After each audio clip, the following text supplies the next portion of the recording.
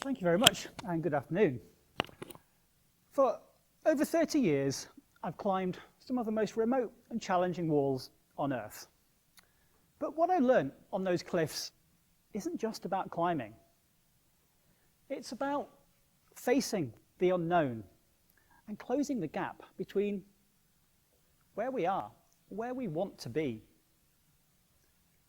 For me, it started with one simple decision: saying yes to the unknown. One choice that would eventually lead to a 3,200-foot wall of rock drenched in the spray of the tallest waterfall on Earth. But my journey didn't start there. Picture a scruffy-haired, rosy-cheeked little boy, just 4 years old, trekking among the towering peaks along the Annapurna circuit in the Himalayas. Well, that was me. By 13, I'd climbed the highest mountains in 5 different countries.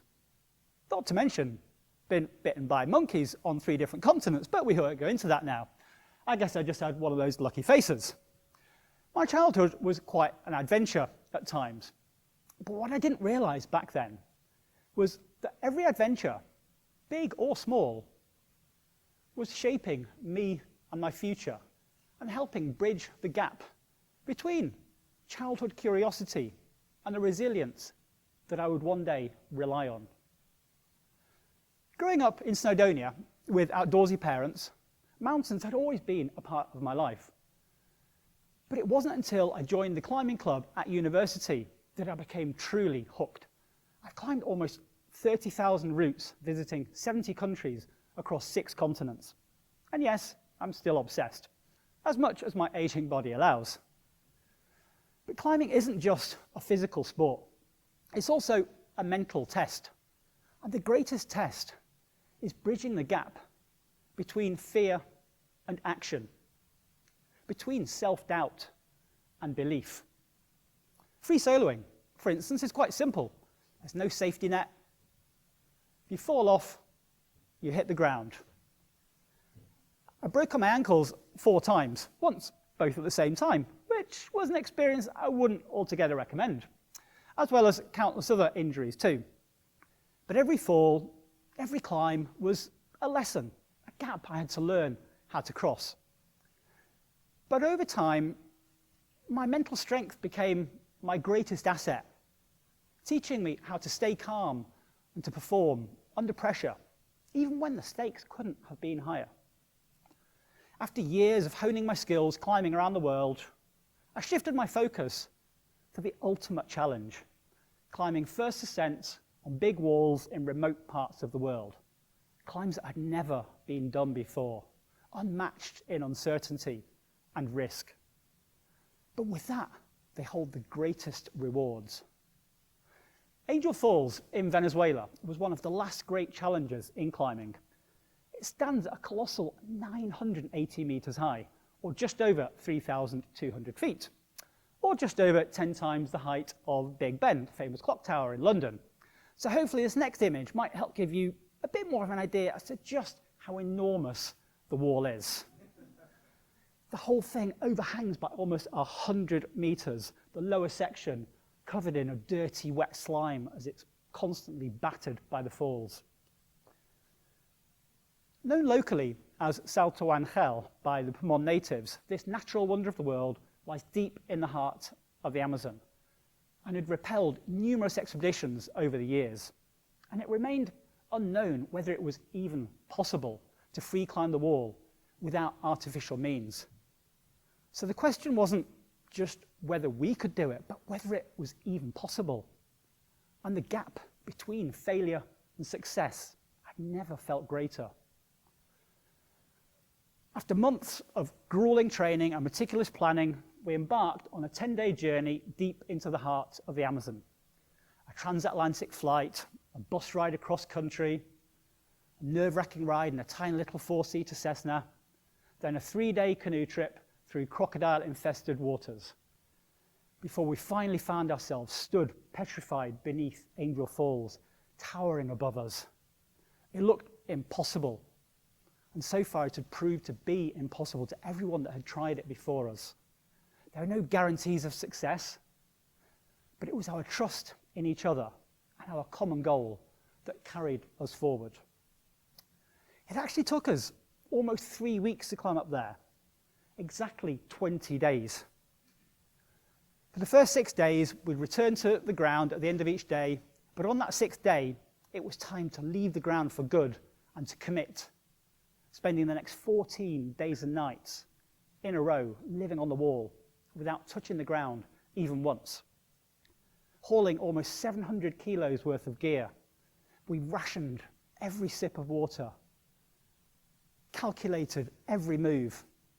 The climbing was a relentless battle against gravity, fear, and exhaustion. Nights were spent on our hanging tents, swaying hundreds of meters above the ground. But despite the hardship, we were in awe of our surroundings, feeling incredibly lucky to be living in the middle of one of the most incredible natural wonders in the world, surrounded by double, often triple rainbows as the sun shone down through the spray of the falls.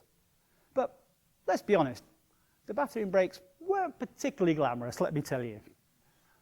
But on day 14, around 2,000 feet up, I faced my biggest challenge yet. Exhaustion and indecision overwhelmed me. Doubts flooded my mind. My hands were shaking. My body was drained of energy. I could feel gravity pulling me down, whispering that this was it. The consequences of a fall at this moment were unthinkable. There were no rescue teams here. It was down to me. And at that moment, the gap wasn't just physical. It was mental. I was suspended between fear and action, between self-doubt and belief. And that's a space we all find ourselves in at times in life.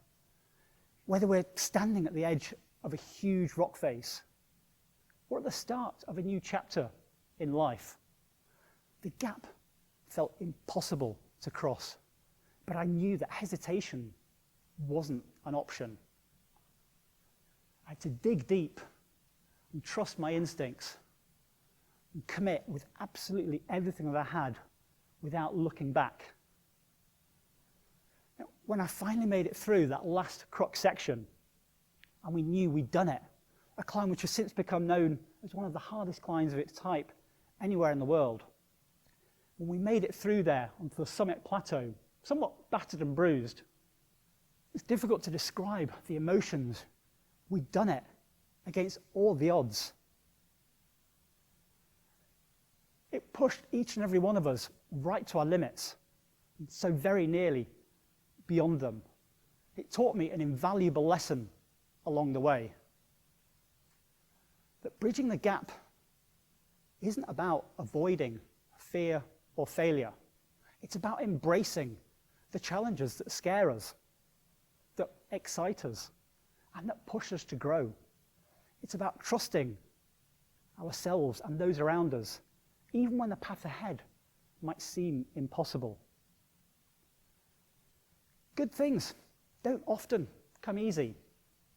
But as the great philosopher Dolly Parton once said, if you want the rainbow, you've got to put up with the rain. Now, your Angel Falls may not be an actual 3,200-foot wall of rock deep in the heart of the Amazon, but the challenges you face are just as real, just as daunting. Maybe it's fear, uncertainty, or self-doubt, a career move, or a personal goal. Whatever it may be, recognize it, own it, and ask yourself this: what really is holding you back from taking that first step today?